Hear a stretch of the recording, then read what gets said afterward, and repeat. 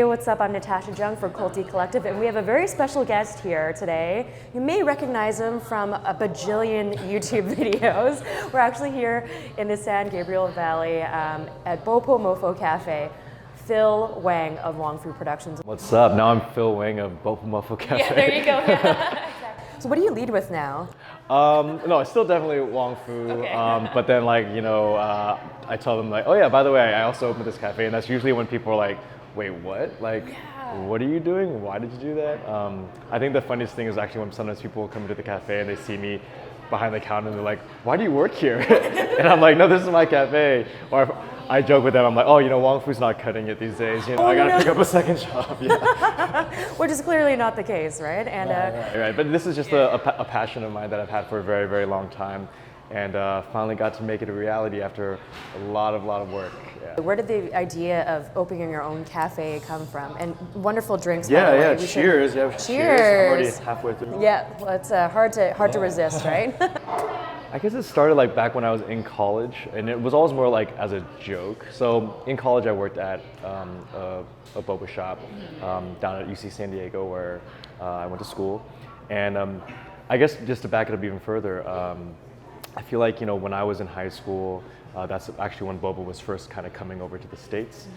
This was like late 90s, early 2000s, and I just remember the first time I had that experience with it, I thought, wow, this is so cool. And it wasn't like, oh, like this is so good. It was more just like the culture of going to get boba and having something that felt distinctly Asian American just made me feel really empowered.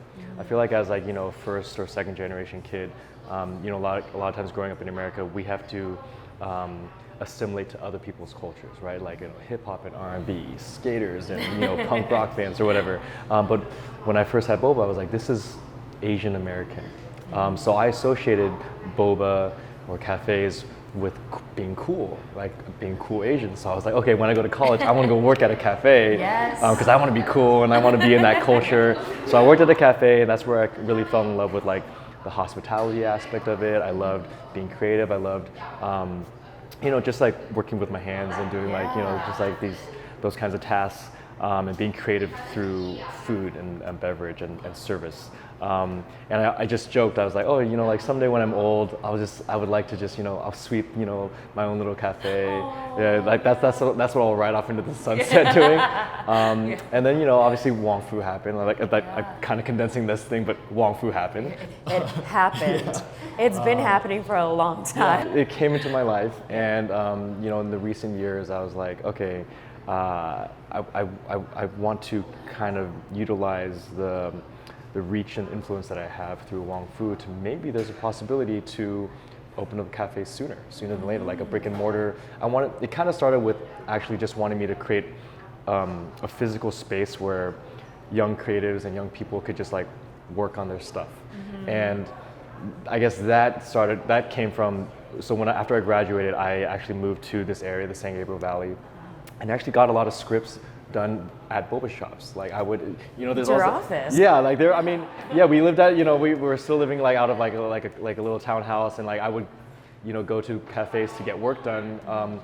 The stereotype is like, there's always like screenwriters at Starbucks, and I'm like, hey, there's screenwriters at boba shops too, So a lot of Wong Fu's biggest videos were written at a boba shop, and I wanted to create a space where, other people, future, creators like me could like have that. And so that turned into, oh, well, we could sell, we should probably, sell products and sell juice boxes or whatever.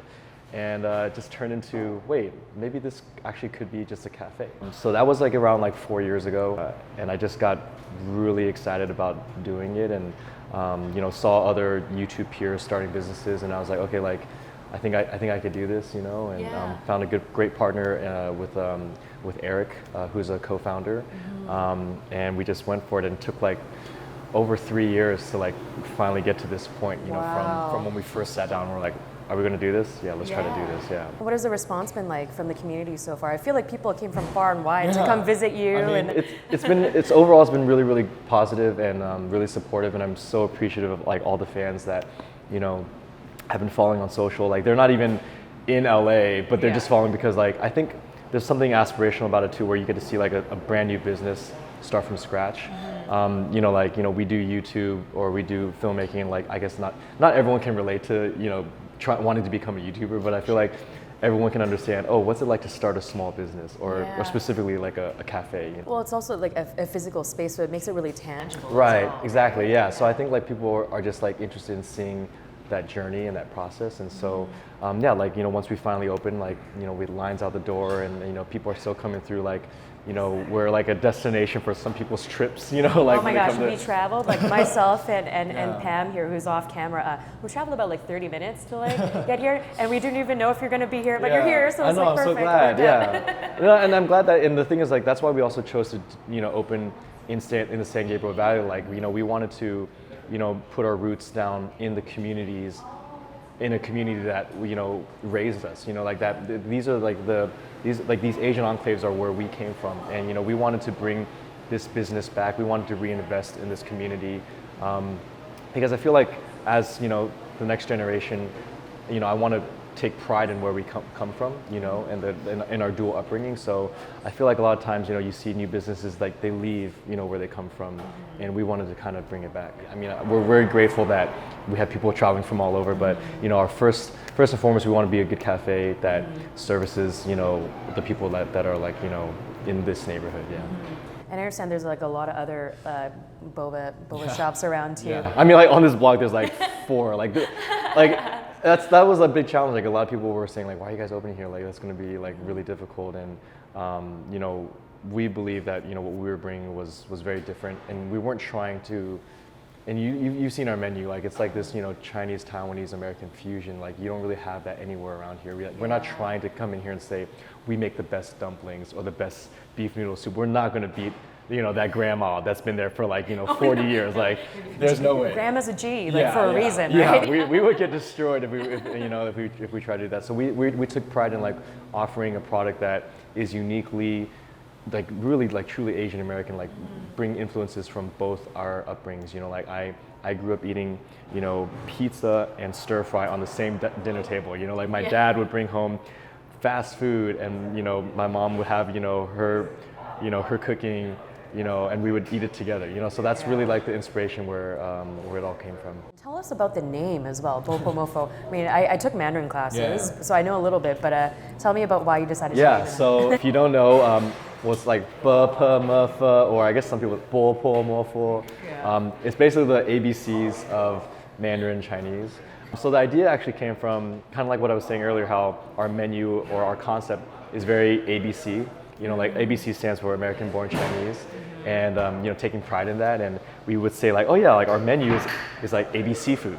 You know, like it's like you know, there's like there's like New American, like that's like a genre of food, New American. So like, oh, we're New Asian American, you know. So yeah, we're ABC food, and we're like, okay, like we should be like ABC something. But there's so many ABC businesses, right? There's ABC, you know, cafes, ABC tile, whatever. Yeah. There's no, because ABC like doesn't actually mean, you know, what we wanted to mean here in America. So we're like, we had a light bulb moment. Erica was like, oh my God, we should call it Bopomofo, because that's the ABCs of you know, of Chinese. Yeah.